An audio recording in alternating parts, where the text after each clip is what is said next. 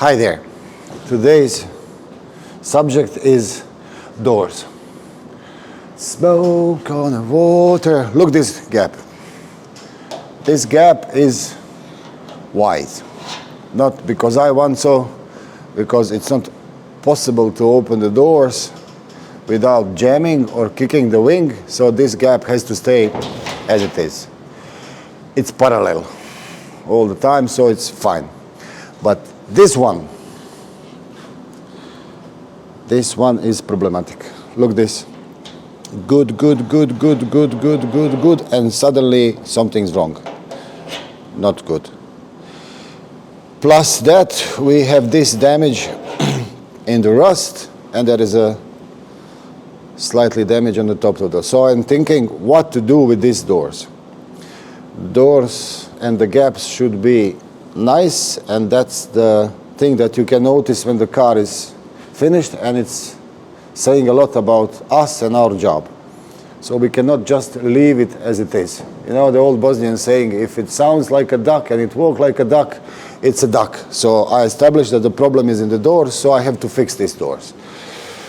I have these holes and problem with this gap. So I can sort this gap after I sort this rust. And let me show you something else. You see this damages here, and everywhere. And there is more, and there is more. So I have two options. I can just chop it off this and repair that part of the car, and I can chop off here and repair, but I can see under this lip, which belongs to the outer face of the doors, I can see more damage. So solution is cut off all this part from outside, toss in the garbage, make a new one, weld. But first I have to repair this inner part of the doors. Why? Through the years, moisture comes from the windows and it's staying here. Construction of this car is simple. You see these holes here. The purpose of these holes here to get the water out of the doors. But simply they are too high over there, so the most of the water staying there and causing this rust. So I'll cut that off and I'll clean it, and I'll fix it anyway. But if I don't do that, if I sort this just cosmetically, we didn't do nothing. For 6 months, the rust will be here, car will be brand new, and we will have serious complaints that we cannot simply allow. So the job is cut, change, protect, and try to prevent leaking in the future. It sounds easier than it is. The problem with this, I'm just talking about problems. You see this surface, it's slightly rounded. So somebody can say just, okay, cut like this or that. But this is the upper side of the doors, this one, and this one is a little bit rounded. So I'll show you how to make this, how to cut this, how to repair inner side of the doors, and how to at least attach. Welding is something else, it has to go slow, but that's other pair of shoes. So let's do something with these doors today and the gaps. Stay with us.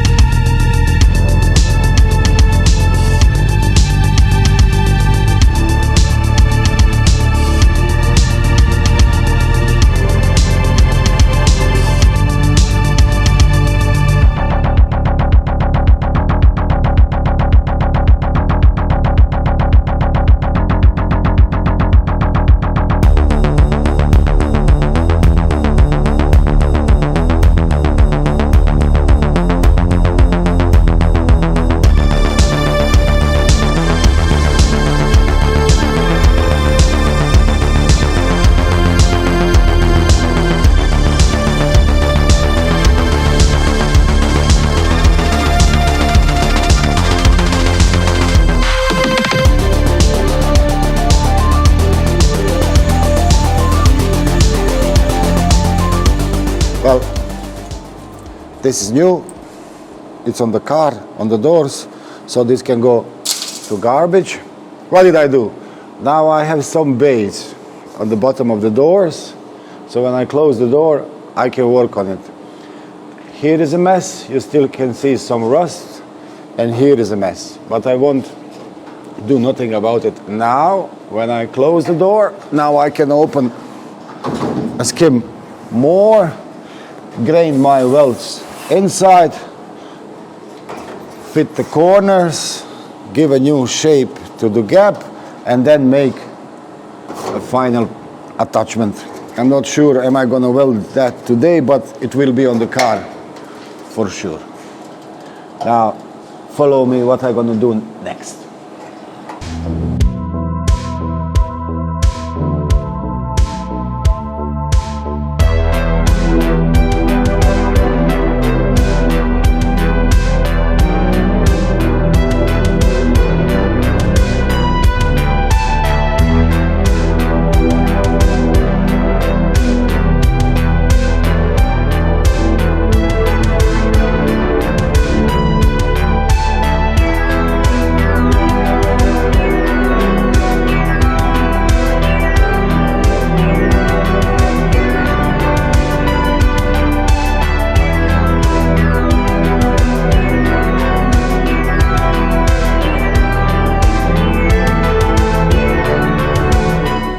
The time has come. So what's next? I'm gonna make a patch here for this. What I have to do? First I have to bend an L profile like this, so I can hook that onto inner side of this panel. But the problem is that I already told you, this surface, it's flat and it looks flat, but it's not, it's a bit curvy. So I'm gonna put this to the English wheel first and then bend an L profile. Because if I bend first, then I won't be able to go through the English wheel. And then when I get that shape, I won't press it much. When I get that shape, then I will try to attach that just to get the basic shape and the corners, the edges of the car. You remember the story from the beginning of the story. Then I will cut that off and try to adjust to my new gaps. And then I can weld here and there. Follow me.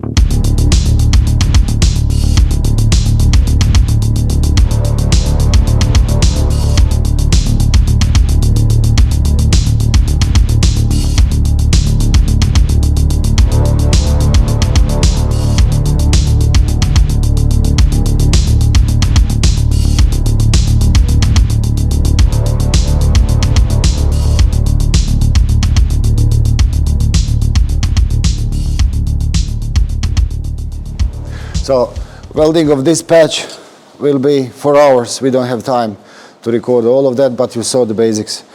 I have to go very slow and cool the welds, otherwise I didn't do nothing. And all the time I have to level, check, cool. Who knows something about that? It knows what I'm talking about. Now, the gap. You remember the gap from the beginning of the story. Purposely, I didn't do the ears on this panel. Later, when I finish attach, weld and grind everything, I can decide the size of my gap as this corner here and that corner over there. The reason why I didn't remove the doors from the car is, even if I should or could work on the table or some other stand, is that I have to open and close the doors all the time. Maybe I could do the job better on the stand or the table, but I wouldn't be accurate with the heights and the gaps. So it's always double tricky game. Now, when I finish this welding, I will definitely remove the doors, put them on the table, and go around to see is there any holes in the welds or is there some hidden rust that I didn't notice from very beginning. And something else. I noticed that you notice that I'm using this caliper for marking thin and measures. I know it's blasphemy in the world of mechanics and generally, but this one is good one that I don't use for such a things. It can measure the depth or whatever, and this one is just for marking. It's quick, fast, and you can see millimeters, see millimeters. So it's a just explanation if you decide to comment that bad habit. Thank you. Subscribe, follow, like, watch us every other Saturday. Thank you. Bye-bye.